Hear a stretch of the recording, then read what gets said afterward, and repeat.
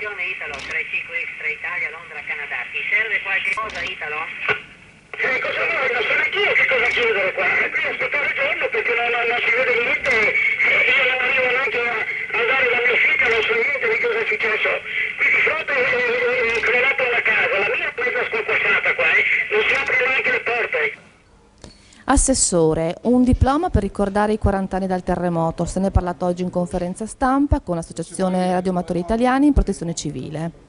Sì, i radioamatori di questa regione, i 150 volontari radioamatori di protezione civile hanno deciso in occasione del quarantennale del terremoto di istituire questo diploma, un diploma che vuole essere un elemento di attestazione di un'esercitazione che faranno nelle date di maggio, quindi nella settimana dedicata insomma, al ricordo della prima scossa del 6 maggio e nella settimana di settembre per ricordare la seconda scossa.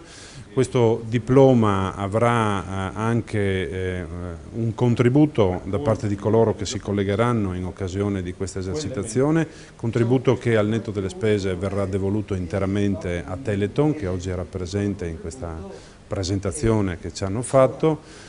Credo che i dati che ci hanno portato sulla loro attività e sulle coperture che riescono a garantire a livello regionale, quasi il 100% con il sistema analogico e il 50-60% con il sistema digitale, diano conto della grande rilevanza e dell'importanza che assume l'Associazione Radioamatori Italiani in questa regione in relazione all'attività di protezione civile, perché in caso di evento calamitoso le comunicazioni sono uno degli elementi fondamentali.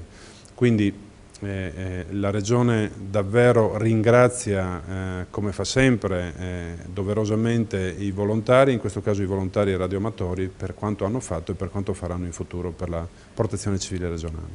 Qui è crollato il condominio dove è il modulo, l'appuntato modulo, oltre a quello altri condomini, se per cortesia agenti anche militari, perché ci sono bambini in fondo che piangono. Un attimo solo che adesso vedo cosa possono fare per mandarvi su subito. Lasciate libero il ponte per cortesia. Le batterie qua, ma occorrerà senz'altro qualche motogeneratore. Ma dove devo da mio figlio adesso? Adesso vediamo com'è la faccenda qua. Riferisca che è bessegnevole dell'illuminazione, se è possibile anche riflettori potentissimi. Però se non ci sono militari, carabinieri, quelli che trovano. Basta che le dica che sono crollati dei condomini e all'interno ci sono dei bambini. Che vengono giù con i clacson attaccati, pertanto avvertite l'ospedale di prepararsi a ricevere molta gente. E qua penso di trovare un macello.